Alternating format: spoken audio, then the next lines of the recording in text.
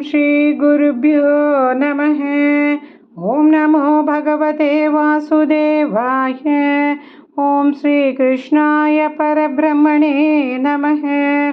अथ चतुर्विंशतितमं दशकं प्रह्लादचरितवर्णनम्।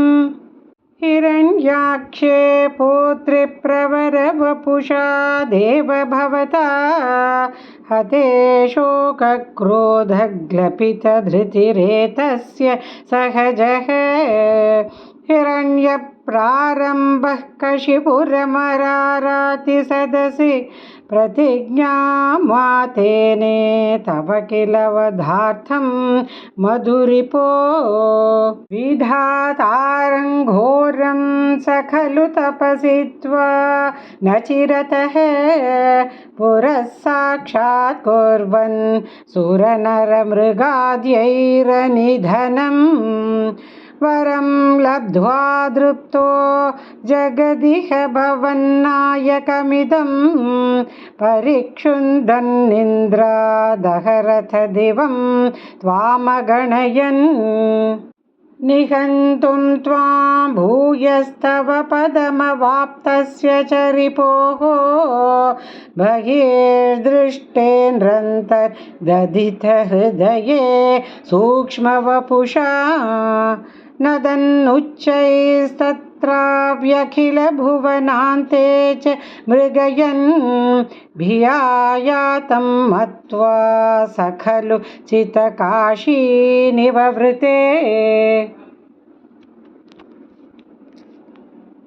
तत्तोऽस्य प्रह्लादः समजनिसुतो गर्भवसतो मुनेर्वीणापाणेरधिगतभवत् भक्तिमहिमा स वै जात्या दैत्यः शिशुरभिसमेत्य त्वयि रतिं गतस्त्वद्भक्तानां वरद परमोदाहरणताम्।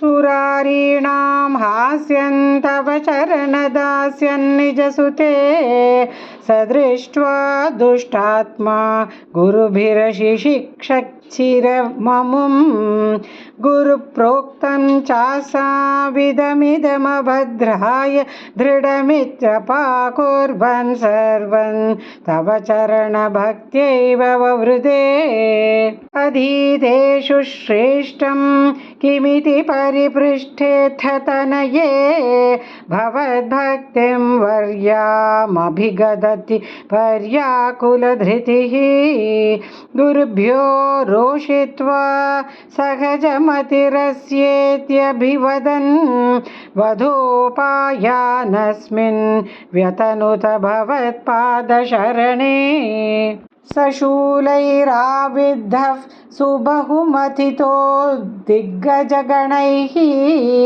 महासर्पैर्दष्टोऽप्यनर्शनगराहारविधुतः गिरीन्द्रावक्षिप्तोऽप्यहः परमात्मन्नयि विभो त्वयि न्यस्तान्मत्वात् किमपि न निपीडामभजत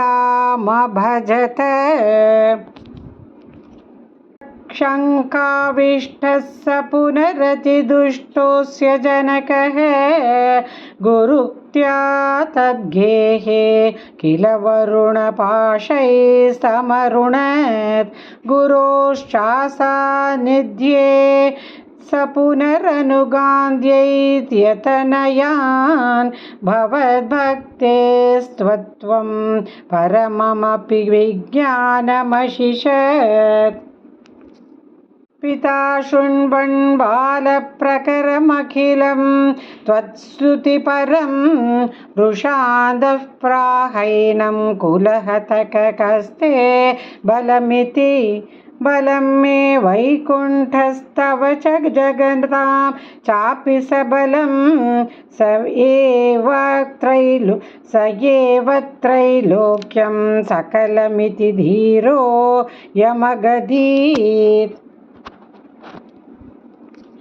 रे क्वासौ सकल जगदात्मा हरिरिति प्रबिन्दे स्म स्तम्भं चलितकरवालोदिति सुतः अतः पश्चाद्विष्णो न हि वदितु मीशोऽस्मि सहसा कृपात्मन् विश्वात्मन् पवनपुरवासिन् मृडयनां नारायणाखिलगुरो भगवन्नमस्ते नारायणाखिलगुरो भगवन्नमस्ते।